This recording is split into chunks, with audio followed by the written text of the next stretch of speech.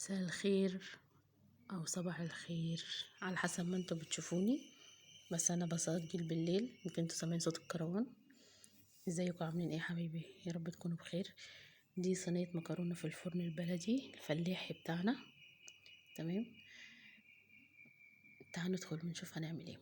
عندنا هنا الصلصه، بصل وطماطم وفلفل اخضر، حراق بارد اللي انتوا عايزينه. تمام، عندنا هنا مكرونه، كيلو مكرونه القلم. ممكن تتعمل مكرونه صغيره، اي نوع انتوا حابينه ممكن تتعمل بيه عادي، سهل قوي يعني.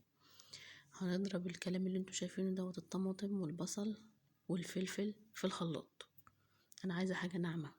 تمام، هنا عندي توم مقطعاه بالسكينه مش مفروم، وعليه شويه سمنه وشويه زيت، وهحمرهم زي ما انتوا شايفين كده على البوتاجاز. دي لعمل الصلصه. احفظوا معايا يا جماعه كويس قوي، خلي بالكم كويس قوي. نقول بسم الله الرحمن الرحيم كده، صلوا على حبيبنا النبي عليه افضل الصلاه والسلام. نسيبها بقى تاخد وتدي مع بعضها. هنحط ملح، كمون، ادي الكمون وادي الكزبره والفلفل الاسود. يبقى ملح، كمون، فلفل اسود، كزبره ناعمه. تمام، هنحط الكلام ده كله على الصلصه. متنسوش اللايك وعمل تفعيل الجرس عشان تعملوا له حاجبين كده عشان يوصل لكم كل جديد ان شاء الله باذن الله. هسيبها تاخد وتدي مع نفسها كده على البوتاجاز لغايه لما تعمل لي صلصه كده، تغلي بس كده، ونوطي عليها البوتاجاز شويه، هتبقى ايه كويسه بعد كده. تمام،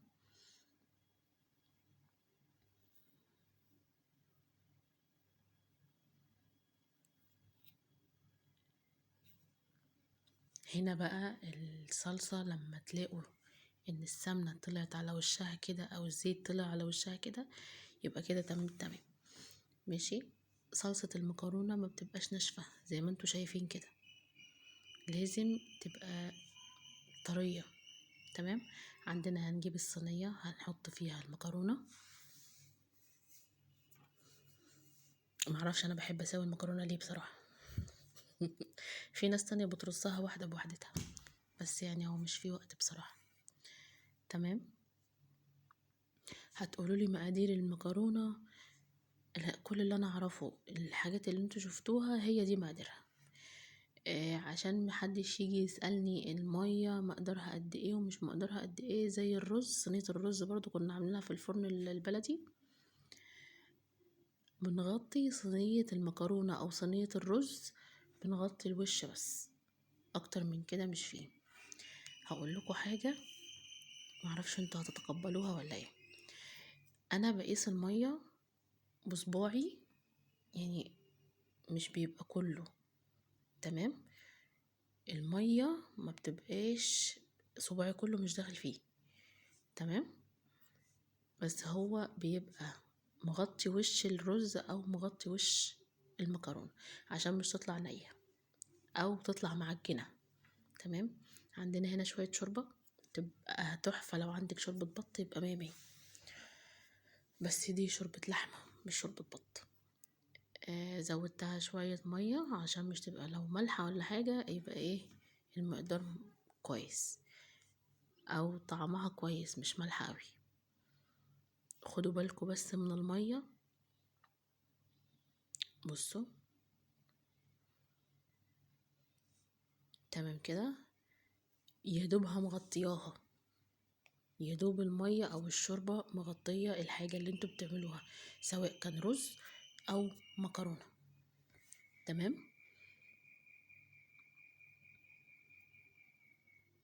لازم ندوق برضو علشان نشوف الملح.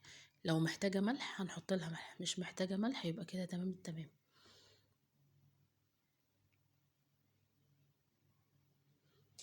تعالوا بقى نروح عند الفرن البلدي بتاعنا. الحكاية ده دي مامتي طبعا وواحدة جارتنا هما جيراننا كلهم كانوا قاعدين بصراحة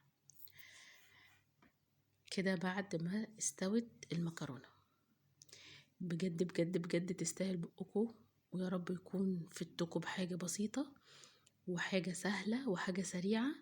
واشوفكم في فيديو تاني بإذن الله. مع ألف سلامة، باي باي. متنسوش الاشتراك في القناة.